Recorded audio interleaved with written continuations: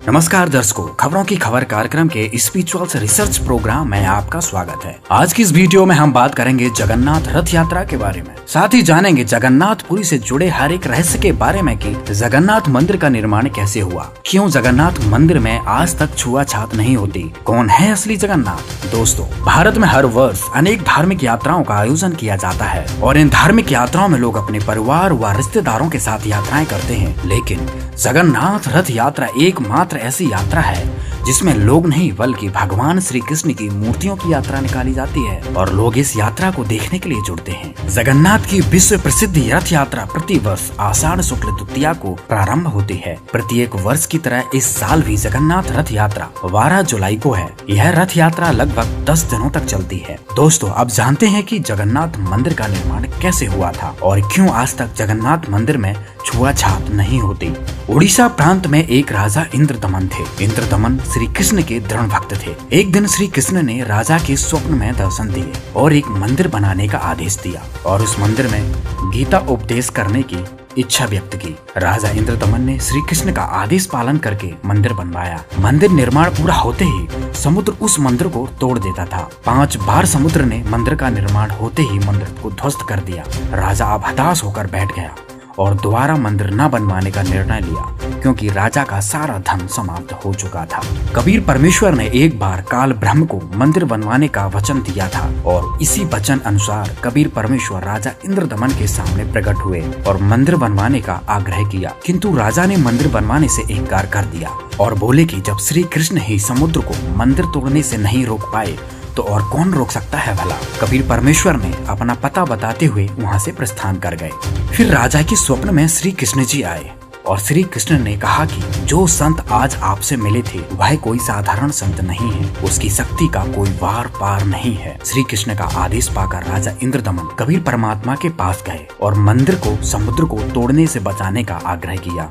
कबीर परमेश्वर जी आए और राजा को आदेश दिया कि समुद्र से थोड़ी दूर पर एक हमारा चबूतरा बनवाओ, मैं उस पर बैठकर परमात्मा की भक्ति करूंगा, तुम मंदिर का निर्माण पुनः शुरू करो। जैसे ही मंदिर का निर्माण पूरा हुआ तभी समुद्र अपनी तेज लहरों के साथ ऊपर उठता हुआ आगे की ओर बढ़ने लगा। उसी समय कबीर परमेश्वर ने उसे वहीं रोक दिया। कबीर साहब जी की कृपा से इस तरह छठी बार में जगन्नाथ मंदिर का निर्माण हुआ। इसका प्रत्यक्ष प्रमाण आज भी वहाँ पर मौजूद है। जिस स्थान पर कबीर परमेश्वर ने समुद्र को रोका था वहाँ आज भी एक गुम्बद यादगार के रूप में मौजूद है। और कुछ समय बाद एक नाथ परंपरा के एक सिद्ध महात्मा राजा के दरबार में आए और राजा से कहा कि मूर्ति बिना मंदिर कैसा, आप चंदन की लकड़ी की मूर्ति बनवाओ और मंदिर में स्थापित करो। राजा ने 3 मूर्ति बनवाई जो हर बार टूट जाती थी। 3 बार मूर्तियों का निर्माण हुआ लेकिन तीनों बार मूर्तियां खंड हो जाती थी।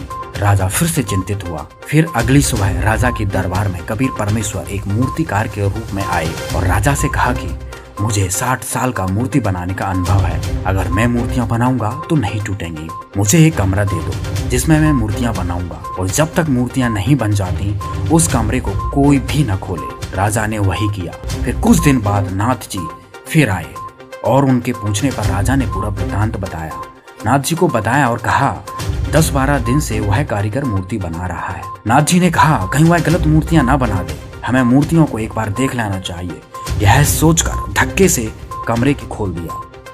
तीनों मूर्तियां बन चुकी थी लेकिन बीच में ही व्यवधान उत्पन्न होने के कारण तीनों मूर्तियों के हाथ और पांव की उंगलियां शेष रह गई थी। इसी कारण आज भी जगन्नाथ के मंदिर में बगैर उंगलियां वाली मूर्ति ही रखी है। कुछ समय उपरांत जगन्नाथपुरी में मूर्तियों की जब प्राण प्रतिष्ठा करने के लिए कुछ पंडित मंदिर में पहुंचे तभी मंदिर के द्वार की ओर मुंह करके कबीर परमेश्वर खड़े थे। पंडित ने कबीर परमेश्वर को अछूत कहते हुए धक्का दे दिया और मंदिर में प्रवेश किया।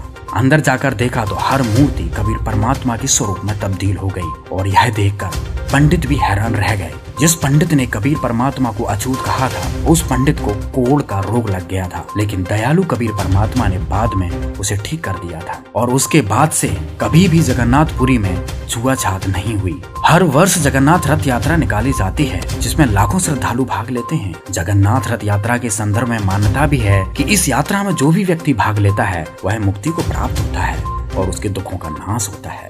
इस यात्रा का हिस्सा बनकर लोग पुण्य की आशा में पाप के ही भागी बनते हैं। यह रथ यात्रा करने से पहले यह जानना भी बेहद जरूरी है कि क्या इस धार्मिक रथ यात्रा का संबंध पवित्र शास्त्रों से है। क्या पवित्र शास्त्रों में ऐसे किसी धार्मिक क्रिया के बारे में वर्णन मिलता है। पवित्र शास्त्रों में उस परमात्मा की सही भक्ति विधि का वर्णन मिलता है, लेकिन अगर हम पवित्र शास्त्र जैसे वेद, गीता आदि से हटकर कोई भी साधना करते हैं तो वह भगवान के संविधान के विरुद्ध है, जिसे कोई भी लाभ नहीं मिलता।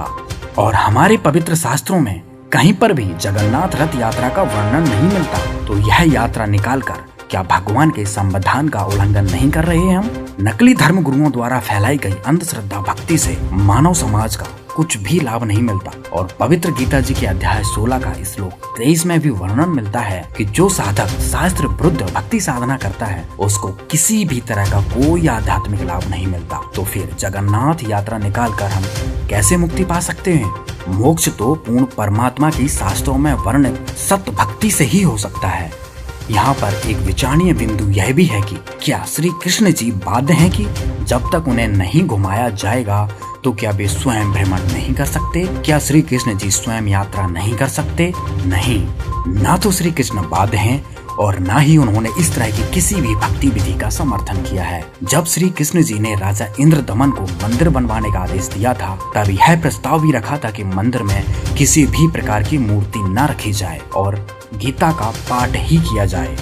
इसलिए दोस्तों, इस सच्चाई को स्वीकार करते हुए देर न करते हुए गीता जी के अध्याय 4 के श्लोक 34 में जिस तत्वदर्शी संत की खोज करने को कहा है और गीता अध्याय 17 के श्लोक 23 के अनुसार वह तत्वदर्शी संत से 3 बार की नाम दीक्षा लेकर उस पूर्ण परमात्मा की भक्ति करनी चाहिए।